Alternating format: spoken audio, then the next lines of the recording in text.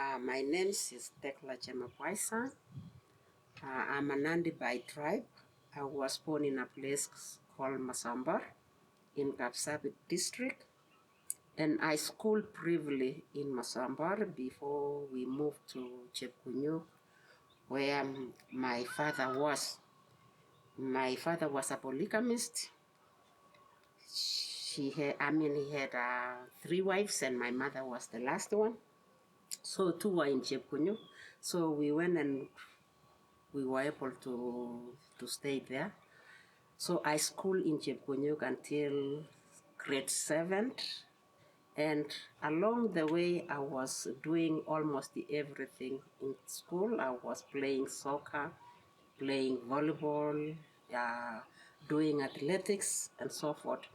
So along the way, my chemist tutor, spotted me and said, no, leave the rest of the games and concentrate on athletics. So he helped me, not that he was a coach, but he wasn't, he had some ideas. So because I was running a little bit far from my school, around 6 kilometers to my Harbour Primary, I think that exactly built me and gave me some endurance. And I was actually performing when we go for competition.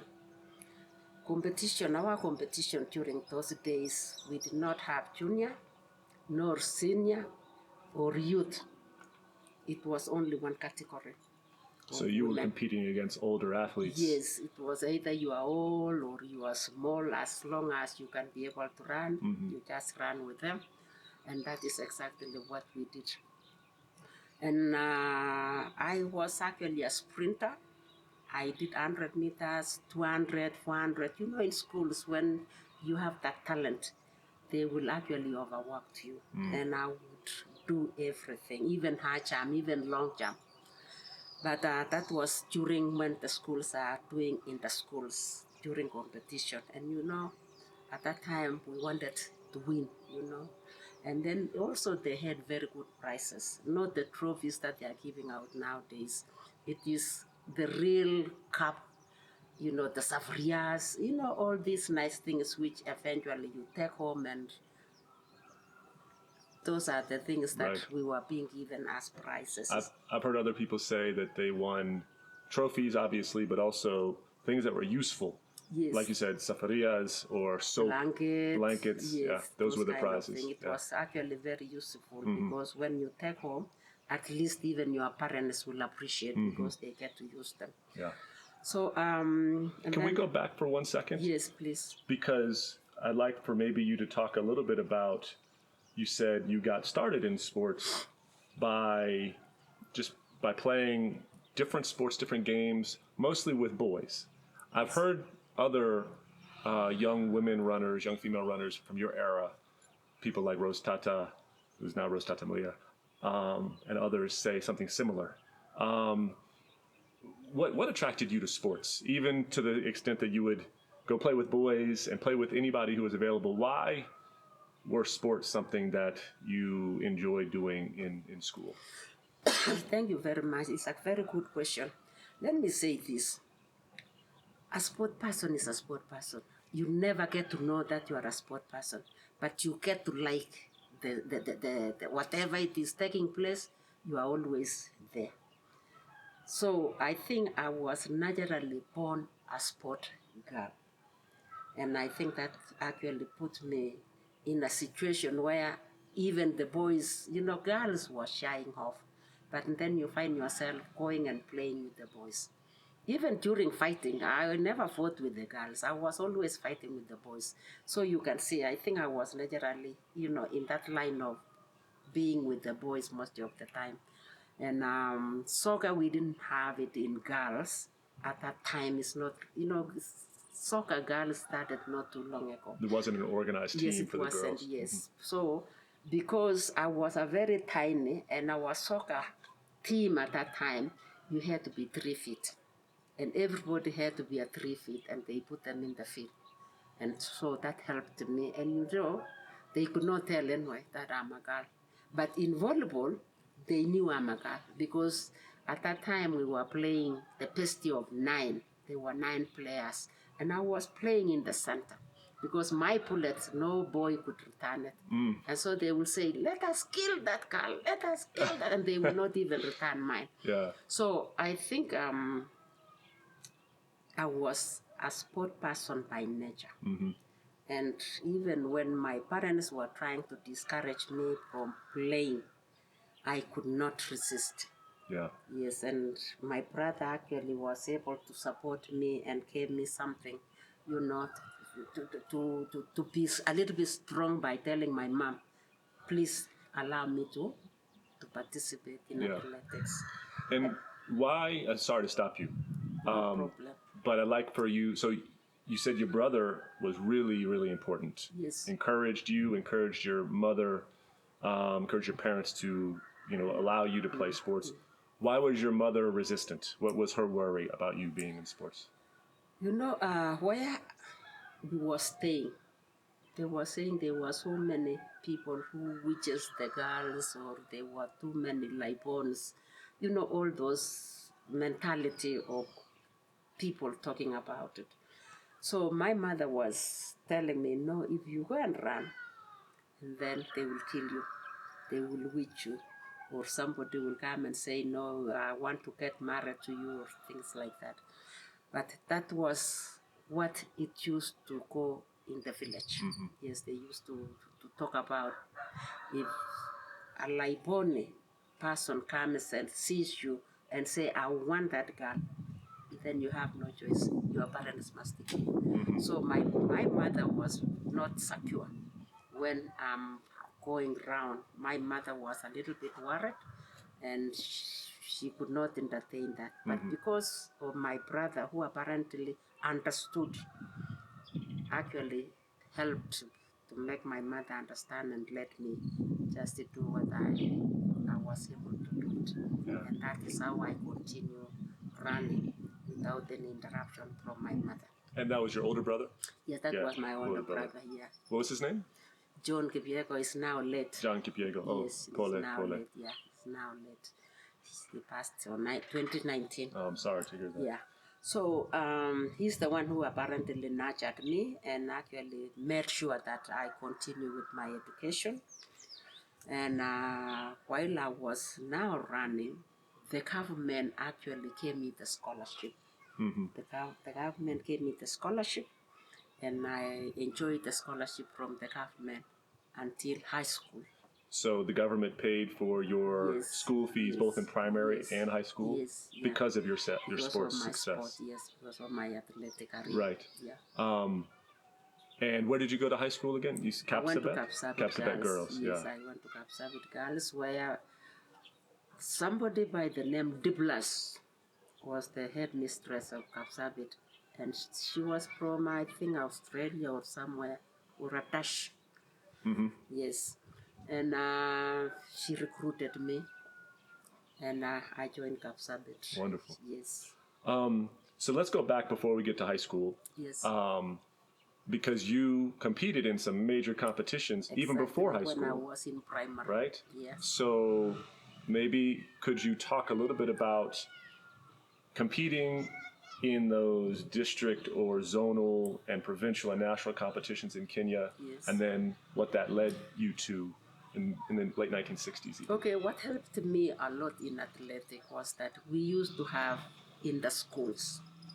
And in the schools where we will travel from various zonal, various, right now they call it constituencies. And I was actually running and I progressed. And by that time, district community development was the people running athletics or sport in Kenya. So when we go in the schools and I excel, and then we go for the district, and then from there now we finish the school competition, and then the community development starts, where now they will say that we run in the districts will compete, and in the district we are competing representing the DC. So in Nandi, we were representing the Nandi District Commissioner.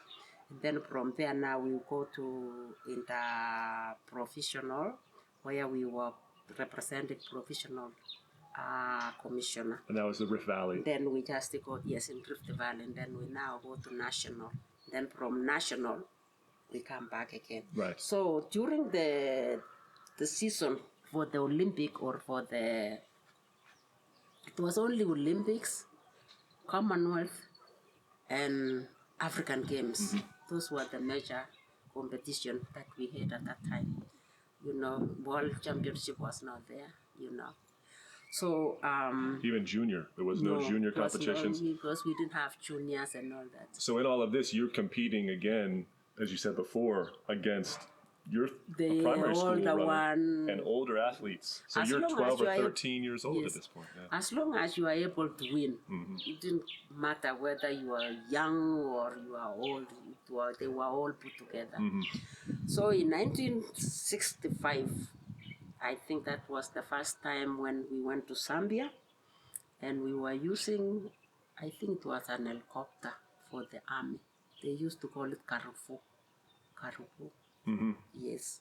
So we went to Zambia, and that was in the East Africa now. It was East Africa Games. Right. Yes, so I did very well in 400 meters. In 65. Yes, and 200 meters. So, and then after that, we came back. In 1968, before 68, the qualifying standard started in 1967. And 1967 is when we were now competing. And at that time, they had a qualifying standard, as we did not understand. Me, I did not understand what was the qualifying standard. I mean, you were 13 years old at this point. Yes, I was 13. I think I was 12 years old by then. And so, 67, I started attaining the Olympic standard. That is what they were telling us. In the 400? In 400. And then they did it comes 1968, we went for the trial in Kisumu. Yes, when I ran now again, and I was selected. The team was being selected in Kisumu. So we were selected in Kisumu, and we were told that I have made the team for to represent Kenya in the Olympics. 68 Olympics. Yes. In Mexico City. In Mexico City. Wow. I was very excited. And you know, now this is the time they were telling us, where's Mexico? They're explaining to us, Mexico. I was in grade 5 at that time. Wow. Yes. That must have been the idea of traveling not only abroad, but out of Africa even. Because in 65, you've gone to Zambia. Yeah. But then to go, intercontinental travel, right? Yeah, now we were going outside Kenya, and it was one of the excitement that I actually developed, because I was now looking at the aeroplane that I'm going to ride on, a very good aeroplane. They were now telling us it's not the same aeroplane that we were using, the helicopter. You know, the helicopter was not it was not comfortable. You know, it goes up, it comes down, and you start vomiting and all that. So they were telling us this one is a very good one. And we are going outside the country. And before we go to outside the country, we have to go for the training camp. And where our training camp was in Thompson Falls. I don't know whether you are managed to go there. I haven't been there, but I've read about it many times. Yes, it's a very nice place. I hope it is still nice the way it was at that time. So I came and I told my mother that they have said we have to go for the training camp for at least, I think we went for 2 months, to be away for 2 months. And that was another experience that I was now saying, I'm going to be outside my district for 2 months. But it didn't matter to me because I was excited anyway. I didn't care whether my mother likes it or not. I had to go, and exactly she agreed, and we proceeded to Thompson Falls. In Thompson Falls, we had somebody by the name Charles Mokora, who is late at the moment, was the one who was coaching Kano. He was a national coach in 68, Yes, was a national coach, yes, at that time. So, as we were just running endurance, and then the 10 o'clock we go to the field, and what happened is we were told to run speed work or something like that. I did not know at that time it was speedwork or Rindaford.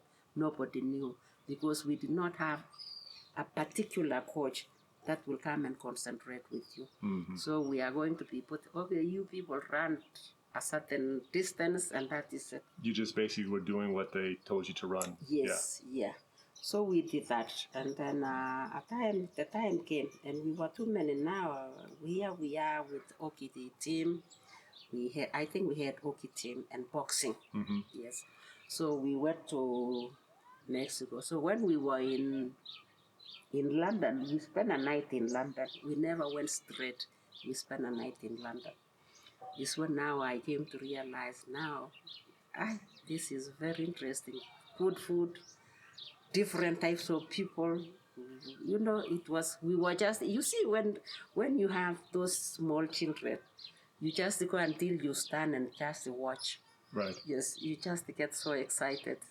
And it was very exciting, leave alone that the hotel where we were staying, going by the lift, it was one of the experience that we'd never seen in life. So we were in a world of our own. Even now, as you're describing and remembering that, you're smiling. Yes. So it seems like it was a really enjoyable and kind of memorable experience for you. It was. Yeah. So then we were told the following day we have not reached our destination. So we proceeded and we reached New Mexico. I think it was in the evening. And then the following day is when we were told now, after breakfast, we were 3 girls, me, Jessire, and Lydia Stephen.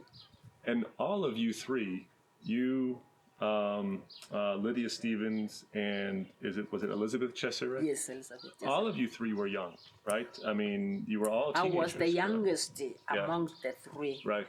Because even if you see the picture, I was seeing the picture the other day and I was saying I was so young, because the others were, Lydia Stephen was in university. Okay. Okay, Elizabeth Jessire was in secondary school. So, and here I am.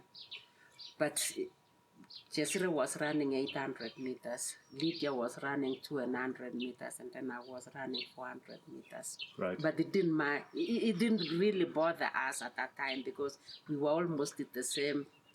Lydia was in a different class, right, because she was in university. A little older, yeah. Yes, a little older. Can I follow up on a question on that? Yes. So you are 3 young girls, one teenage university student, and Yes. then a primary school student yourself, and a secondary school student. And all of the other athletes are men, and Yes. grown men. They're adults. All the coaches are men. Charles Mukora, head coach. We didn't have another coach, by the way. He was the only one. Yes, he was the only one. The other coaches were either Oki and boxing. Right, Yes. yeah. And then the administrators, all of the sports administrators were Yes, men. yeah. So what was it like being, I mean, maybe you didn't even think about it because you were a young girl, but what was it like being a group of 3 young girls, young women, who are administered and coached and surrounded by all of these adult men? To me, that's something that as a historian, I'm very interested in.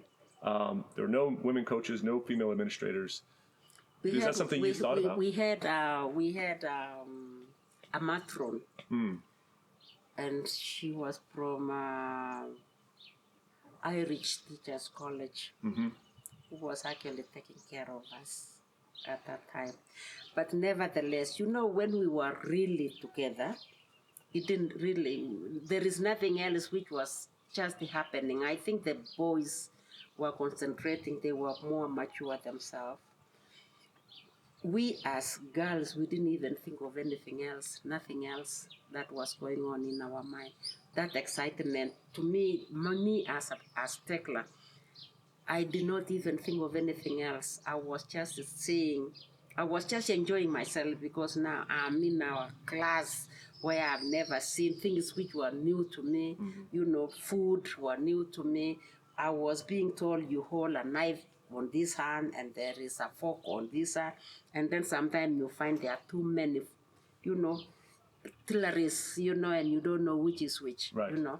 But lucky enough, Kip Kano was a I think he had actually realized that we are green.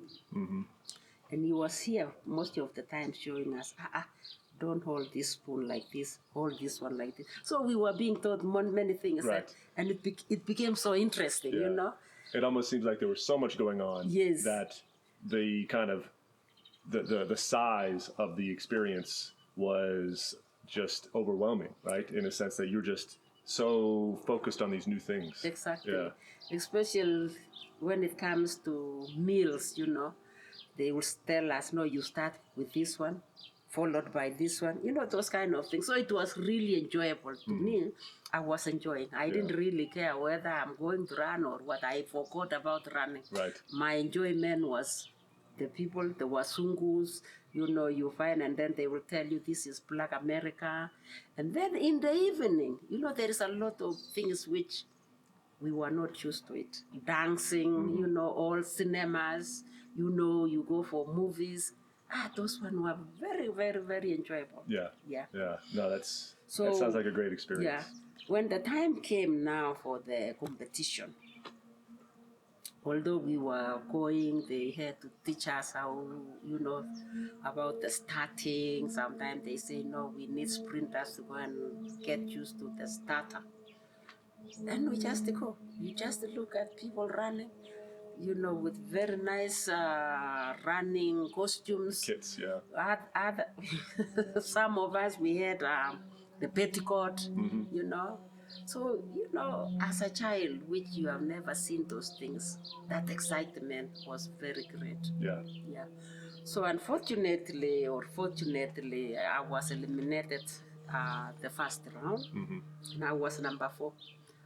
Actually, I think I was number 4, but my time could not allow me to progress. Right. Yes, to progress. So I was eliminated on the first round. Yeah. Yeah.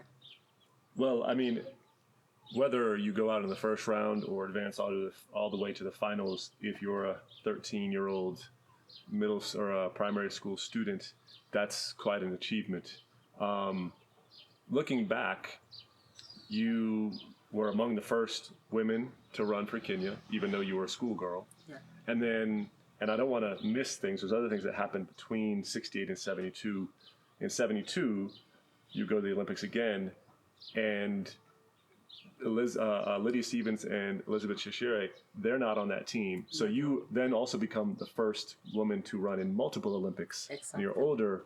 Exactly. Looking back on, that's a milestone moment in Kenya athletics. What does that mean to you to have been the first to do that twice? You were the first with Stevens and Shishire, but then to do it again a second time. When you look back on that now and reflect on that, what does it mean to you? You know, at that time, I had not even realized that I'm the first to have gone to Olympic, and I'm also the first to have ran the second Olympic. But I came to realize later the importance of me being in those 2 Olympics. And when I was in 1972, I had now matured, and I had come to understand the importance of running the athletics as the first woman or the second woman in the Olympic. But when we came home is when you now realize how the government valued athletics at that time compared to now. You know, we will come home and we shall not reach our own homes until almost a month or 2 months, because every district were inviting us. So we were becoming an hero, because when we arrived, they will put us on the vehicles and we shall go round, being taken round the town. Everywhere we will go. Imagine the entire districts of Kenya. We had to go and finish all of them before we go home. So that is when now you realize the importance. And I wish the government would go back to those days, because our athletes will be more recognized. Our athletes will not be forgotten the way they are forgetting them now. And let me also mention something about being taken round played a major role on upcoming athletes because they were able to see how important when you go outside the country and when you come back, so many presents we were being given. We will go from there in Rift Valley, you finish all those small places being entertained and being given prizes. I remember even when we went to breweries. Breweries invited us, and they went and they gave us a lot of beers.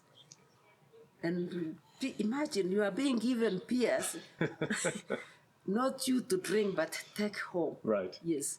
And we went to Kericho, we are given a lot of tea leaves, and it was very enjoyable. And at the same time, we are being accommodated in very good hotels, which I don't think we could have, spent a night during those days. Right. So it played a major role, and it also made us to be a role model Right. to those children, especially in schools. And then when we reach schools again, each school were inviting us, inviting me to go and just explain to these other children how it was, when we were there. Right. So it really played a very, very major role, and it also made me realize how important it was for me to have been the first. Right. Yes. So it actually put me a little bit pressure because everything that I had to do now, I have to do it very nice, Right. so that I don't make mistake. So my behavior had to change, I had to grow up, I had to mature Right. by force. Yeah. Yes. So that's interesting because one of the things I'm always would like athletes or former athletes to talk about is not just the enjoyment of being successful, but also the challenges. Yes. So do you remember about when you started to realize that there was pressure? Because you said in '68 you were a schoolgirl, you were just kind of enjoying it, but then by '72 you're older. Yes. You're in secondary school. You're 16, 17, 18 years old, around there. You're becoming an adult. When did you start to realize, oh, this is a big deal? People are watching me. People are hoping that I succeed. I want to succeed, that kind of stuff. Do you remember about when that became a thing for you? Yeah, in 1975, not 1975, they had started US versus Africa. So 75, I think 75 or 74, when we went to Guadalajara. So I was representing Africa in 400 meters. That is when I now realize the pressure was now coming because coaches were telling you, now you see here, we must win this event. We must do this. So, and you see now I was also realizing the importance of winning a race. That is the first time I realized pressure is playing a very, very bad role when you are not prepared for it. And then in 1978 Commonwealth Games, African Games, I was okay because I was actually on top. Right. Yes, from Kenya. And when you won a gold at 73. Yes, when I walked, several in all African Games. But in 1978 was a little bit tough for me. At the Commonwealth Games. Yes, in the Commonwealth Games. One, I was the only black in the final. Secondly, I was the only Kenyan and the only African. So you see now, each African country was telling me, Tecla, you must win that event. Right. Tecla, you must win that event. Kenya alone was also pressurizing me That is when now, later on, I discover the importance of preparing athletes, not only in endurance and physically and all that, but mentally also should be prepared, psychologically and all that. When we started the race, it was not a race which you can get settled. You know, the way we usually get settled, I want to stay behind and then follow. Every time you go ahead, somebody else comes and goes. So they keep on breaking your rhythm. They keep on breaking the rhythm. And I went blank. When I went round lane 8, in the last 150 meters, I went round and went ahead. And I went blank. I did not know where I'm running. I did not know where the finishing. I don't know where the others finished. So I kept on running and talking to myself, where's the finishing line? Have I ran the second lap? That was the time I was now running 800. And pressure is not good. Yes, pressure is not good. So I kept on asking myself, should I stop? Where's this? I don't even see any. You know where these athletes, you run and tell. I think I pushed myself beyond. Right. Yes.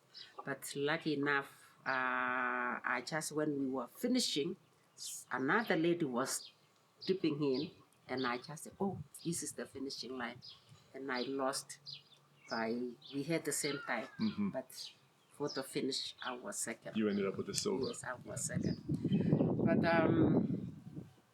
I always say that athletes, they should prepare the entire body.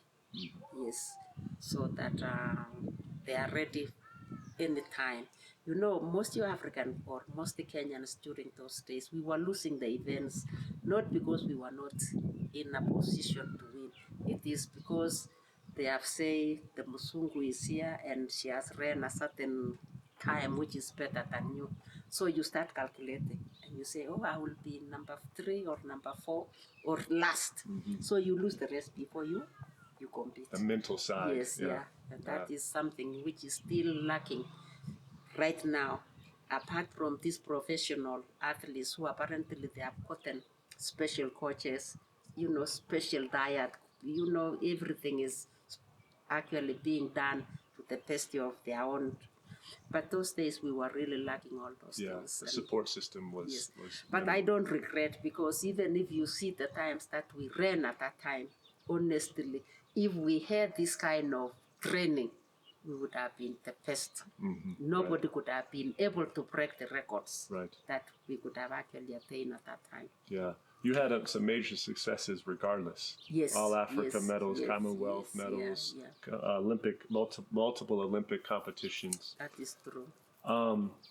Within the context of that time period from, 68 when you go to the Olympics and then 78 when you win a silver at the Commonwealth Games, you also go to the U.S.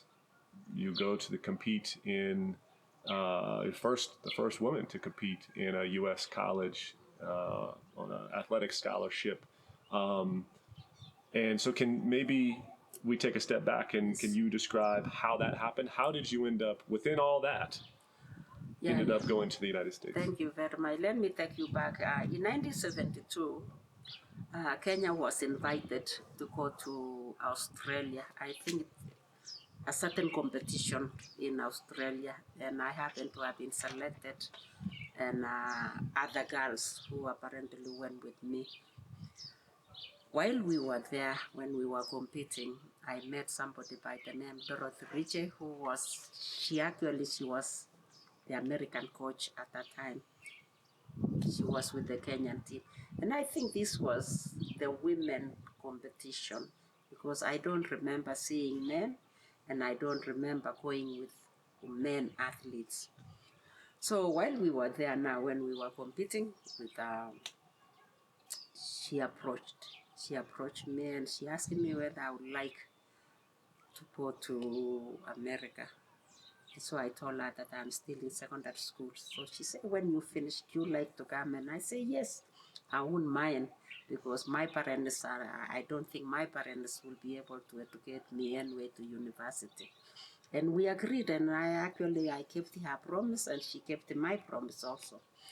So when 1974, when we were going for the Commonwealth Games, I had qualified for the Commonwealth Games. I had been selected, and we were in Kikanjo at that time with the team for the training on preparation for the Commonwealth Games.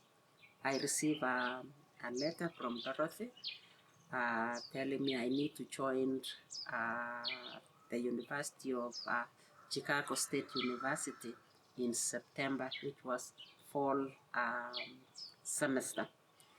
So when I approached my administrators, who apparently were in charge of the athletes, categorically my chief de mission refused because I was in the relay team. Right. And the relay team had been entered, and it was too late even to get somebody else. So I started arguing with him and reasoning and approaching through Kipkeino, asking people, because I was told if I missed to join, and then I may not be able to. So eventually they allowed me, and I proceeded directly from Kikanjo all the way to the airport.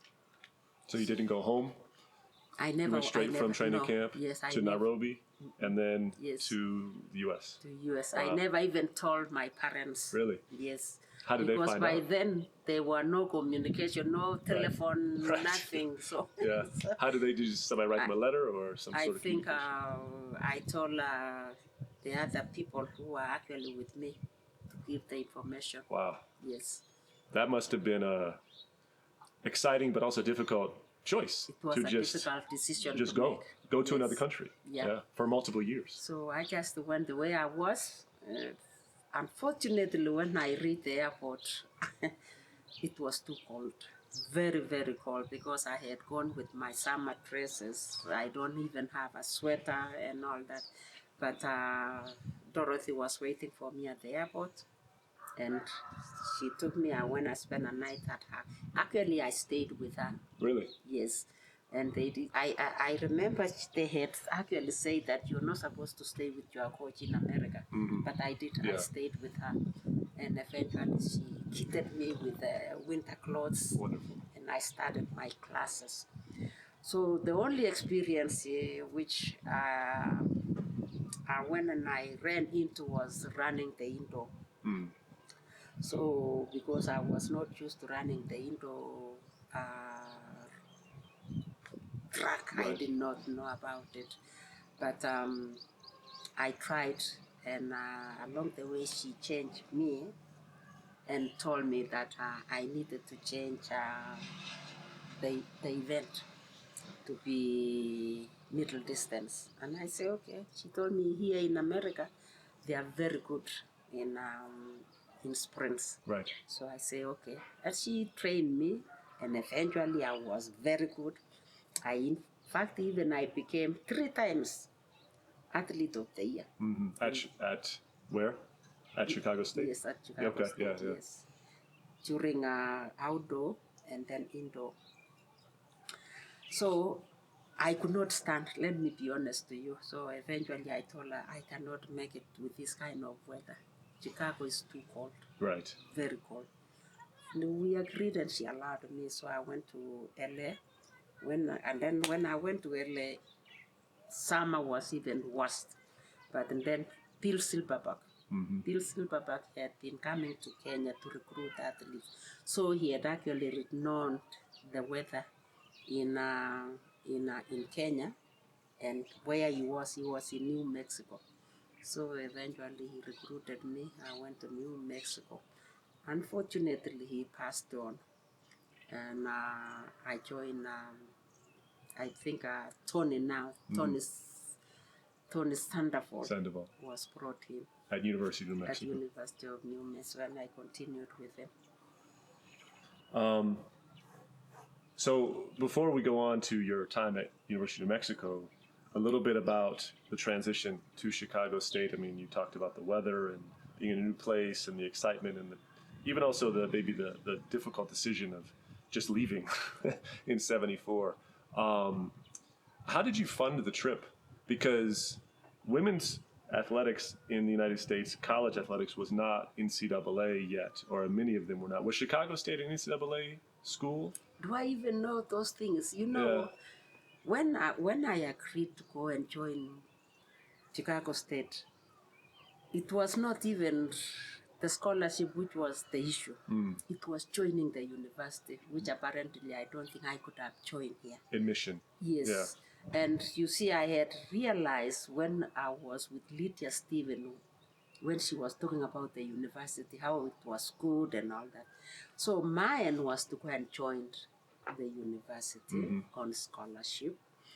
But then I realized the scholarship which we are being given, you are serving 2 masters, which she had not even told me about it when we were in Australia.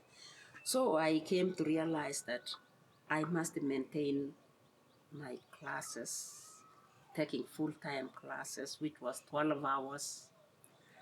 I have to maintain the grade point average for me to be able to maintain the scholarship. And at the same time, I have to be performing very well in athletic department. So that is also another problem, which if you are not, physically ready for it, you can break down. Yeah. Because you have to be a full-time student. Here you have to be performing a certain position to be able to. But I was able to undergo that because Dorothy was a very good mother. She actually nurtured me very, very, very well. She actually even helped me to choose the classes for my. She actually chose my major. And what was your major? Physical education. Physical ed. And then psychology is also another one that she actually was able to tell me that I can combine. And I was able, I actually worked so hard and I was able to maintain my grade point average. I was able to be running because she was the coach. So she could coach me then differently sometimes. Yeah. And then she became director. Athletic director. Yes, athletic director. So I performed, and then we were not too many in the women's team because she was the one coaching the women's team. She was not coaching the men. In America at that time, they were not combining, but we can combine ourselves when we are traveling, when there is competition for men and women in the same place. Right. Yeah, but women, she was actually concept. Her coaching was only women, and then another coach for men was somebody called Jones. I still remember that one. But we were not too many. So when we are traveling, we were 6 girls or 6 women, and then men were also traveling. And at the same time, when we reached there, we were competing for State University. Right. Yes. Wonderful.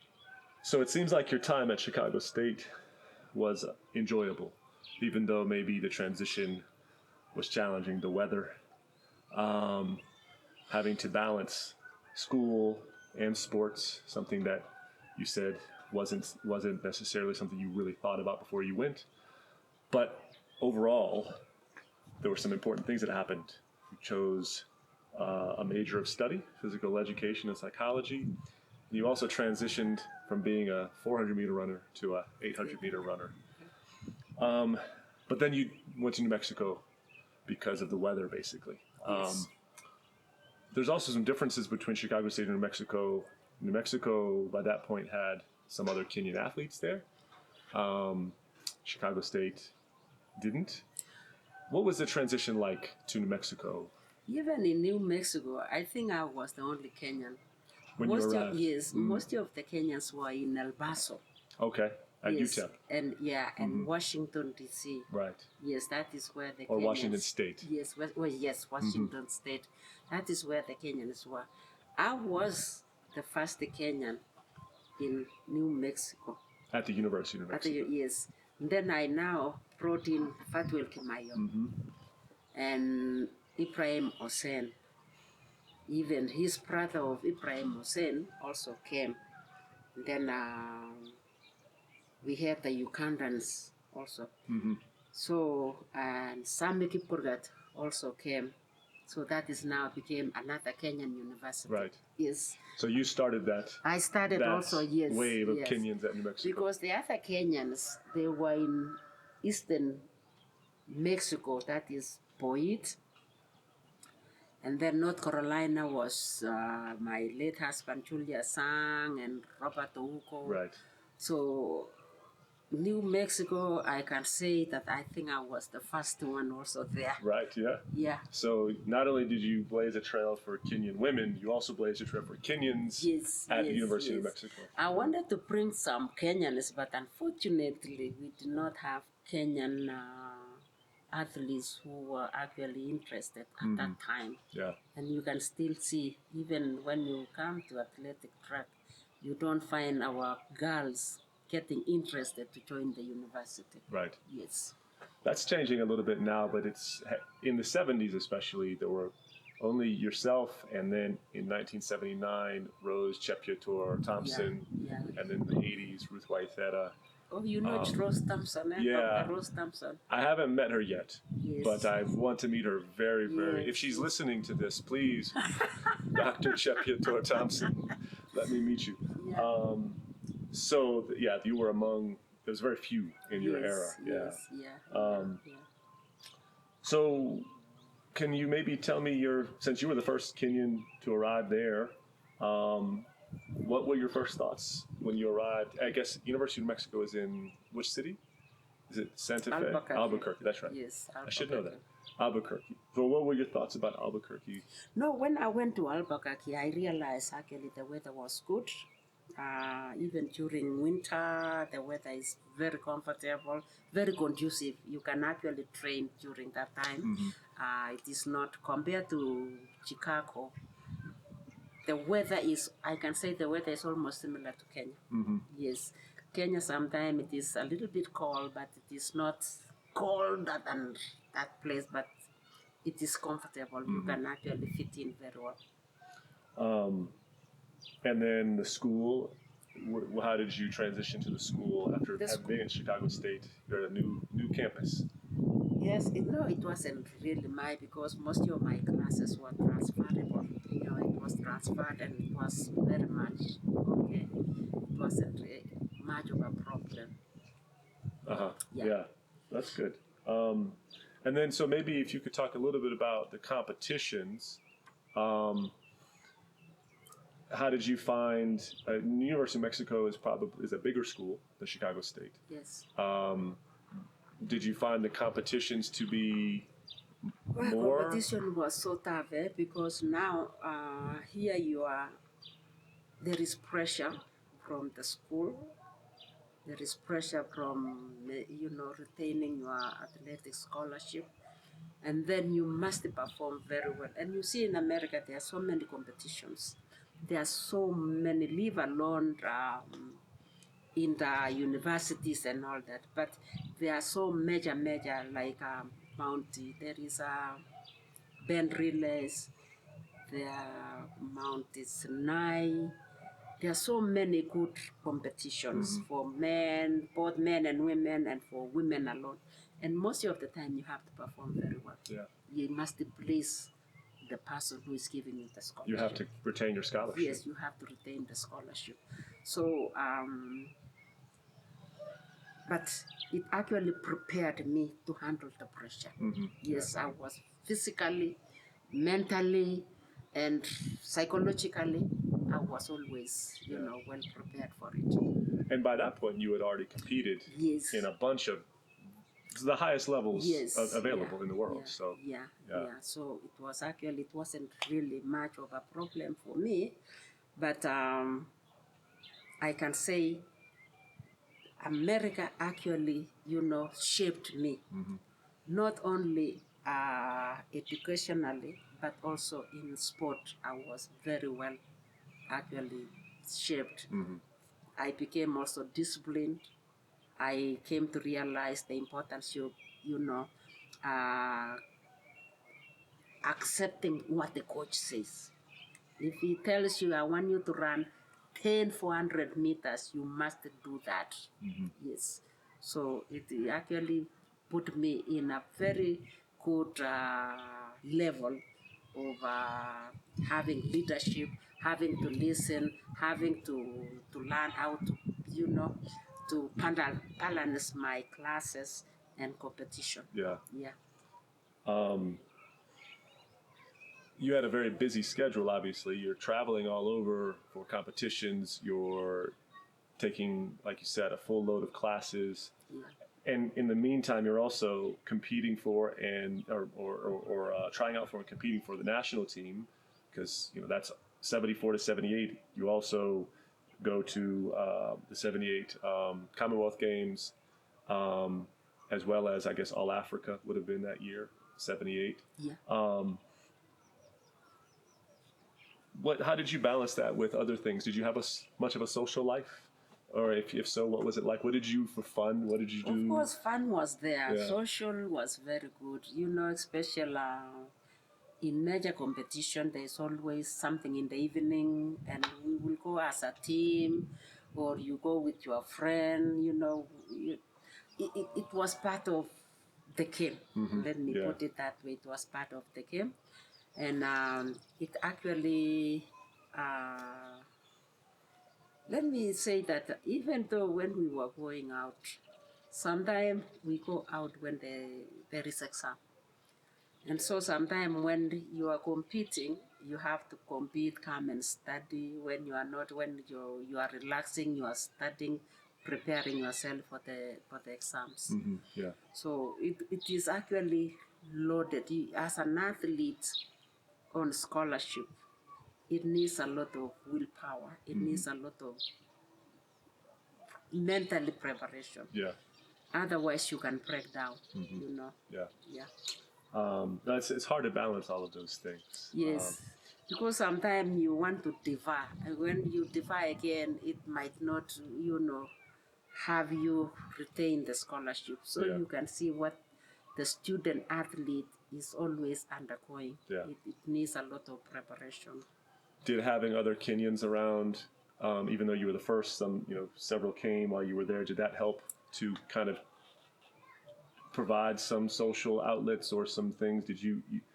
My understanding is you all were a fairly tight-knit group. Yeah, especially now, when, for example, when we were progressing and we were going to NCAA competition, in most of those competition in America, we were meeting Kenyans. There were many Kenyans from other universities. And so in the evening now, we can now get together. You see, it was actually very enjoyable, and the homesick was not there anymore. But when I was in New Mexico, after helping these other athletes, it became now, and then we were able to meet other Kenyans who are not in athletics, other Kenyans, and we integrated very well, and we became now a family. Right. Of our own. Yeah. Yes. Last time we talked, you said one of the things that you used to enjoy doing was to go dance. Yes. Yeah.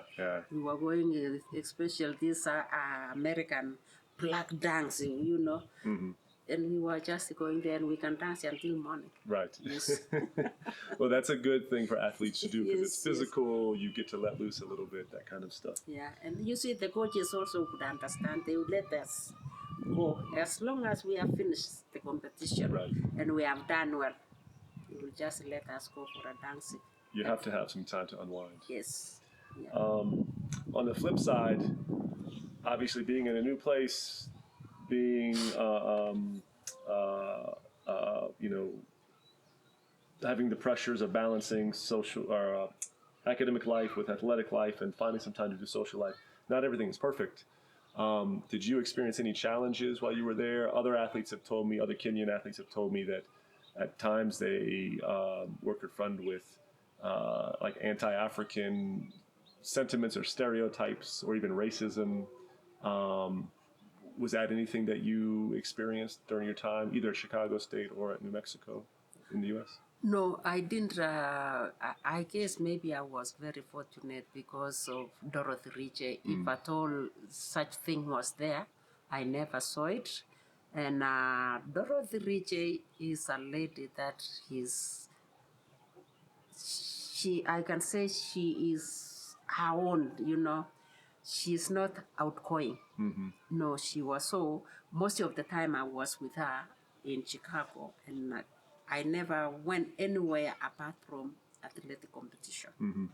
But even if I had to associate myself, she was categorically with the other. I have to be with the other girls who apparently were my teammates. So I never saw any racist at all. Even when I came to New Mexico, I think I was very fortunate, yes. Though people,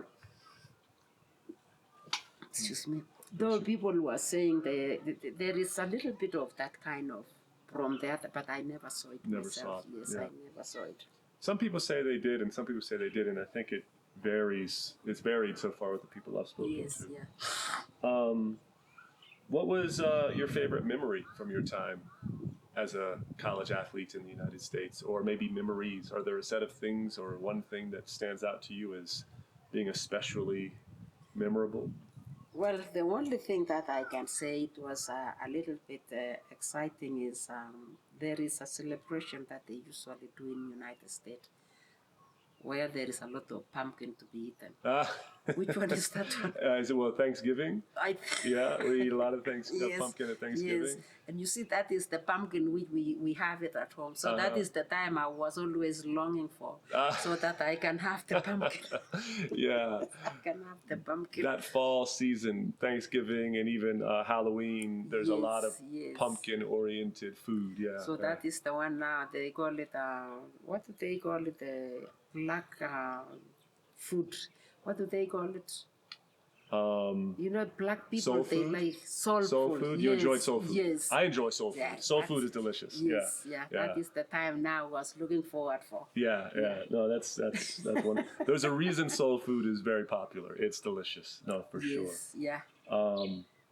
And how about on the opposite side, maybe when you look back, what was your greatest failure when you were there? Athletes oftentimes are measured by successes, but failure is always part of it, always part of athletics, and even school sometimes, unfortunately.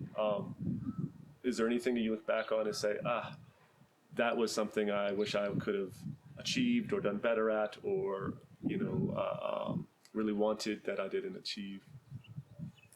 The only thing that I can say, I don't know whether I should say it was a failure, but I want to say that I wish when I finished my undergraduate, I wish I could have continued, staying in US, because could have made me able to continue running. But I chose to come back. But before then, I decided to stay for 2 years to look for a job so that I can be able to buy myself a vehicle, because by then I had already graduated. I had a vehicle in US, but it was the American type, which you could not even come with it here. So I wish I could have continued, but I don't regret it to have come home. Yeah. Because my mother was a single mother by then. My father had already passed away. So I came back. I had to come back. So you finished at New Mexico in 78? I finished in 80. 80, sorry. Yes, I finished in 80. Yes. So I guess when you transferred, you had taken a little bit of time. I lost all that, yes. So you finished in 80, and you stay in the U.S. for 2 years working. We talked last time. Yes, yeah. And what kind of jobs did you do? It was very hot jobs. When you are there and when you are a student, you don't get good jobs. So it was just working in a cafeteria, or in fact, another time I was working in golf club. Yes. And so that is what eventually assisted me to raise some money that made me buy a car. So you saved money, you bought your car, and then you came back to Kenya in 82? 82. Yeah. So when I arrived in 1982, I went and I joined Rift Valley Institute of Science and Technology as a physical instructor. And then later on, I was given responsibility of being a dean of student. At And the I enjoyed same place, yes, yeah. it actually prepared me as an administrator, not a teacher now. Graduated, whether it was on promotion or what, I think I enjoyed it very much. Yeah. So your degree led to a job directly here in Kenya. Yes. That's a job that I would imagine you couldn't get without a university degree, yes. correct? Yeah, that is true. So the degree did facilitate employment for you afterwards. Yes. Yeah. Yeah. And you spend a good bit of time as a teacher and then, like you said, as an administrator, and you get into coaching too. Yes. Which is not there aren't many female coaches in Kenya in the 1980s. The first person that when I came to Kenya, I went to Rift Valley Institute of Technology. I started the athletics, and my college was in a class of our own, you know. One of my athletes is Tecla Chemabwai-Sang. Oh, really? Yes. So she's famous, yeah. Yes, I started her when she was, I met her when she was in Rift Valley Institute doing accounts. So, and I was happy. Many of them actually progressed and continued joining the Kenyan team. That's amazing. And I went to 85. I went to Mosoria Teachers College and became also a physical education teacher. And then after that, after some time, around 4 or 5 years, I joined Moi University in 1988. Yeah. As in the same position? Yes. So how long did you spend from 82 until after you joined Moi doing that kind of work? I was actually teaching at the same time, coaching athletics, which I was happy because I wanted to produce the athletes. You know, I wanted to share my experience with them. And Mosorian was in a class of their own when I was there. When I went to Moi, I became the best coach, you know, and I produced the best athletes that eventually were representing Kenya. Yeah. And you did that until when at Moi? Until Juicy, when I was retiring 2020. So almost 30, over 30 years then Yes, at Moi. Wow. Yeah. And among the things that I did in Moi is also playing part in creating, starting the sport management. Yeah. Because I also started athletic scholarship in Moi University, which apparently now, when I left it, I think I left it with it again. Yeah, they it's don't no have it longer anymore. there. Yeah. So you started a sports management program? Yes, I was one of the members that actually, you know, supported that until it took off. That's wonderful. Yeah. That's another part of sports education that, outside of just performance, that athletes oftentimes go into. Amidst all of this, you also had a family. You got married to Julius Sang. You had, I can't remember how many, but several children in the process. How many children did you have? I have 5 children. 5 children? Yes, 5 children. In the U.S., that's a big family. Here, not maybe so much. It's just a normal. It's normal. Yeah, I'm one of 6. So in the U.S., everybody says we have a big family. I said, well, you should come to Kenya. It's normal. Yes. What was it like doing all of this throughout your athletics career, both as a competitor, as a student athlete, as then later an athletics teacher and coach and administrator? How did family life fit into that? Was it difficult raising a family, starting a family within all of that context? What maybe describe to me how that affected each other? Now, let me say this: our raising up of our children in Kenya, even if you have 13, 20, is not an issue, because it is something which is normal. Fortunately, by the time I was starting a family, I had already retired. Yes, so it did not really. I was working, and my husband actually kept on taking my children when they were 2 years. He would go and stay with them in Nairobi. He was working in Nairobi and I was working in Eldoret. So at the end of what is your yeah, we can ask him where is he going? He's going to the car. Oh, there. yeah. So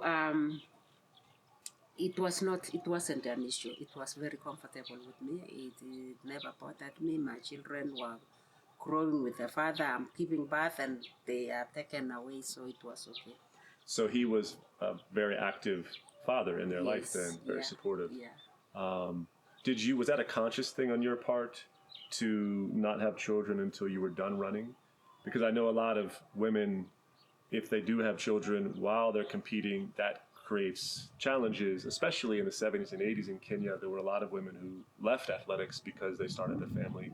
Was that something you consciously thought of, or did it just kind of happen that way? It just happened. Yeah. It is not that I had planned for it, but it just happened. Yeah. Yes, it just came like that. Mm-hmm. Yeah, yeah. I just cannot even explain now. My family was just happened. So I totally understand. I totally understand that. It just happened. Yeah. So it wasn't something that I had planned for it, but I think what happened was that when I came back, I concentrated a lot with my parents, with my mom and my siblings, trying to help them here and there.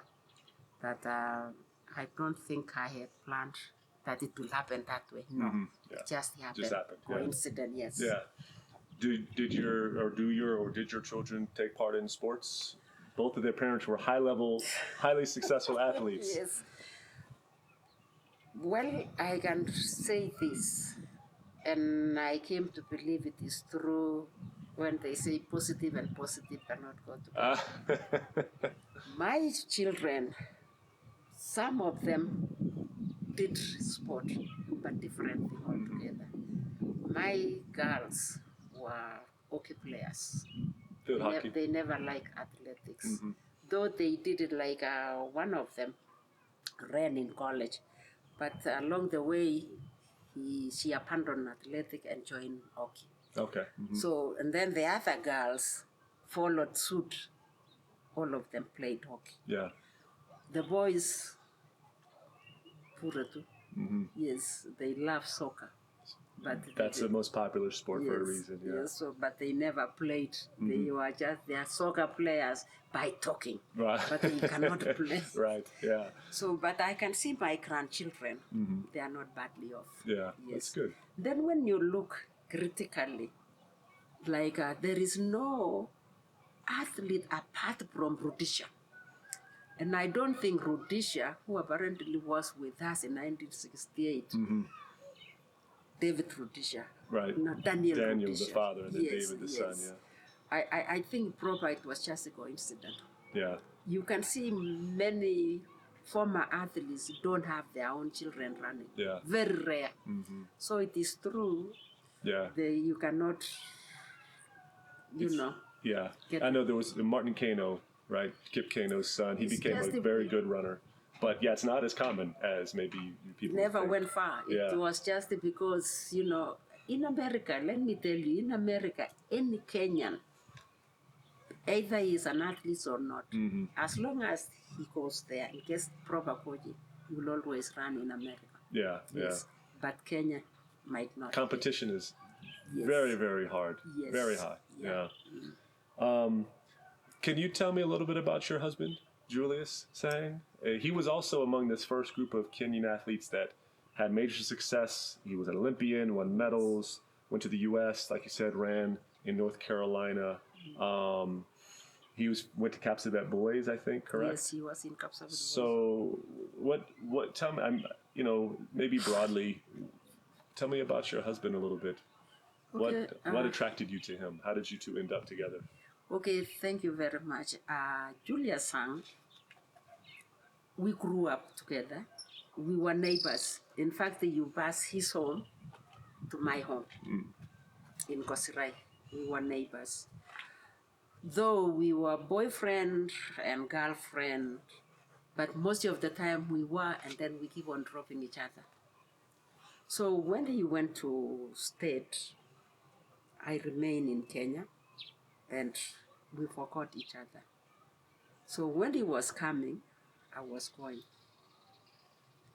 And Because he finished yes, he in the finished, U.S. when yes, you were, okay, yeah, yes, that's when true. he was coming, Yeah. I was going. You know, they are the group who went, I think they went in 1972. Yes, I think that is exactly. And that is why when we were in 1972 Olympic, he was performing well because he had actually gotten proper training, you know. Right. So eventually, along the way, we came again and we met, and in 1986 is when we got married. 86. After you were both done with athletics, Yes, basically. after we are both. In fact, he had actually stopped himself running a long right. time ago. I continued myself for some time. Yeah. Yeah. Thank you for telling me a little bit about him. Yes. He was one who I would have loved to talk to. He ran very well. In fact, when you remember the relay of 1972, when he took the baton, I think we were second last. Brought them back, Yes, right? Yeah. yes, until we won the gold. Yes, we Yeah. won the gold. It's because he had a very good coach at that time. According to him, his coach was called who? Somebody that he. In North Carolina, Yes. A&M. Yeah. I know who it is. I can't think of it right now, but he's a well-known coach. Yes, he was, and I think he's still alive. By the way, yeah. So he performed very well, and he, even when he was running his own 400 meters, he was third position. He got a bronze. Yeah. Yes. So he was good as a relay member as well as individually. Yes, Yeah, he won medals in both. Yeah. And he was running with the people that he was training with in America. Right. Yeah. No, and that era of Kenyan athletics, and you're part of this, is the era when Kenya did have a lot of success in the sprints. Exactly. And it's something that's oftentimes not remembered. He was very important for that. You know, Kenyan never knew that they can actually run very well until Julius and Ouko. And when they came now, joining the Kenyan team, you know, people like Asati. But, you know, sprinters was doing very well. They did. There was an era when Kenya really was one of the top sprinting countries in the world. When these sprinters now retired, that was the end of the sprints. Yeah. Yeah. It's something that I think in the Kenyan history of Kenyan athletics doesn't get enough attention. Is that in the 60s and 70s Kenya was very good in the sprints. But now I think they are realizing Kenya can do anything. They can I agree. Do everything. There seems to be a crop of young sprinters that are going to have It's some only success. to have some role model, and then they build some interest. Yeah. And then from there, the passion, those group will come. Yeah. You know, many of these athletes of ours now, the role model that we have at the moment are long distance. Yeah. And that's why you find everybody is going for long distance. That's where they see money too. It's money, and they see their role course. models and the people that come before them. So that's a good way maybe to jump into one of the things that I know you're very passionate about is this school that you've been kind enough to host me at so we can do this interview, the Chemabwai-Sang Education Center, which is a school that provides education from primary school all the way up to secondary school.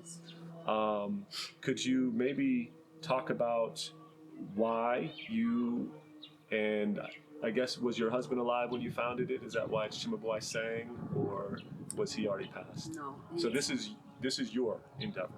Yeah, my husband passed away in 2004. Okay. So let me say this one.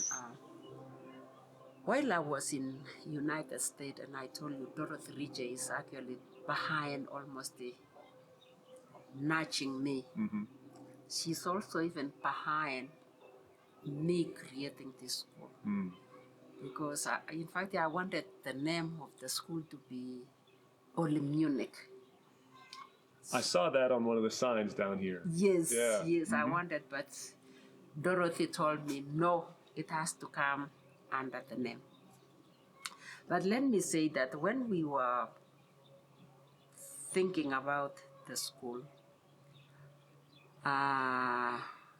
initially my brother urged me to start the school. So when I told Dorothy Rijay, it became very exciting. She is behind the developing of this school. We discussed about it, and I said, in Kenya, we have categories of children. There are children who goes to primary school, public school, and there are children who will go to private school. And I say mine is not going to be a public school nor a private school. It will be a school that will actually nurture the preparation of grassroots athletics. At the same time, when we are offering coaching for the young ones, we would also like to offer academic.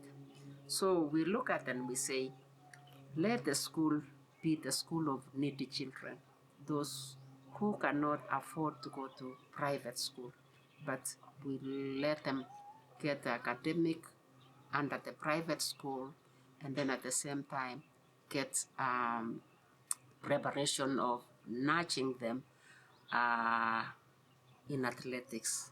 And then while we were still talking about like that, and then they changed the curriculum, and they say now we need talented to be followed, and the school became one of them. And as we are talking now, I can now tell you that the school is actually carrying heavy load on those children who cannot afford to go to private school, and they cannot afford to pay any school fees. So that is where we are at the moment. And maybe you can tell me a little bit about when was the school, when did you open it, when was it founded, how many students did you have at the beginning, what was the beginning part, and then where are you now? Okay, when we started the school, we started in 2019 with 20 children. So the plan was, I was now thinking, I say, okay, if we can get more per class, then we can at least a class to help the needy children.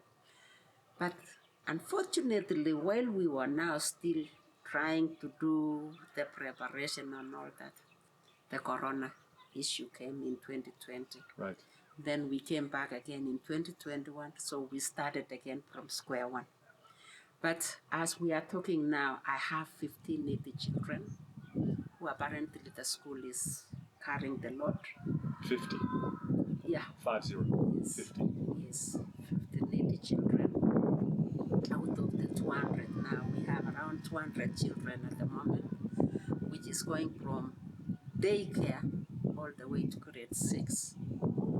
So I've been looking and hoping that along the way, maybe somebody somewhere, God will open a way, and then somebody can, help us and say, okay, we get a sponsor. If we can get a sponsor, for sure, I think the school will just go far, especially in academic, at the same time in athletic. Sport generally, not only athletic, but sport. Because here it is high altitude. Here they have a lot of places that they can train. You can see this hilly and all that. So I'm hoping that one day, maybe these children who apparently are not able, we are offering lunch also to them. The school is actually helping, they can chip in here and there, but most of the time is the school is carrying the load. Yeah. Yes. And how do you fund the school? Is it totally by donations and your own efforts? No, it's just what I did, I asked the teachers, to sacrifice, so that we can carry the load. When we get something, I just give them a token, Yeah.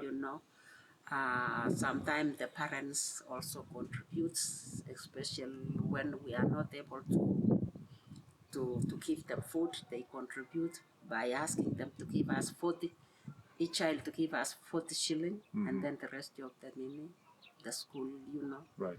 comes in. And this may, I have some of my friends, some from US who apparently they are giving us like $500 a year, and that also we subdivide into giving them something, Right. sponsoring them. Yeah. So I'm still looking for that. I'm still looking for Yeah. yes. Consistent sponsorship. Yes, Enough. yes, Yeah. yeah. Well, thank you for taking me through that. The campus is, as I'll take some pictures in a little bit. I hope it's a big campus. There's a lot here. Yeah. So I have two more questions, Yes. if you don't mind. No. We've been going for a while. No so problem. Thank you so much for your time. No problem. Looking back, and I asked a former this question before, but I'd like to maybe take the whole thing. Looking back, you helped, for lack of a better phrase, you helped to blaze the trail for Kenyan running, but also for Kenyan women's running. You were among the first Kenyan runners to do a number of things in the world. And you were the first woman to do a number of things in athletics in the world. 68 Olympics, 72 Olympics, among the first women to run in the Olympics from Kenya, first one to do two, as we said, the first to earn an athletic scholarship to the United States, first to win a gold at the All Africa Games, the first to win a silver at the Commonwealth, the second to win an overall Commonwealth medal, Sabina Chibichi in '74, which you were gone to the U.S., so you didn't even compete in '74. Yes, that is true.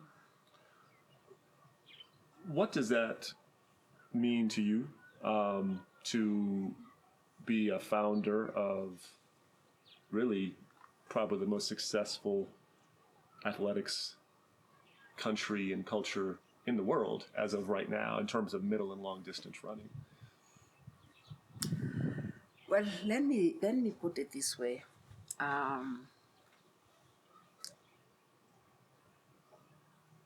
Ask you a question again. What does it mean to you to have been among the first to really lay the foundation for Kenyan running? Yeah, sorry. Well, thank you very much. When I look back, I can say that I thank God very, very, very much. Though we were not making a lot of money, but we were fortunate because I got the education, which most of our athletes now have not gone through. They have taken athletic as an industry, money making. To them, they are better off running and not going to college. As we did not have money, so money was not there at that time. So we were valuing education than what we were getting at that time.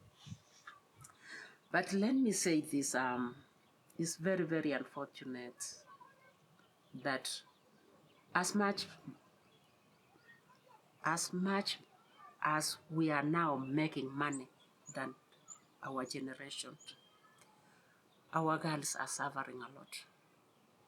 They are being misused, either by the teammates. They are being misused either by administrators. They are also being misused by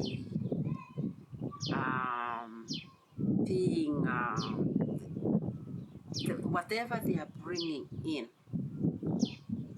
Majority are not utilizing the way it should be. Or if they do utilize,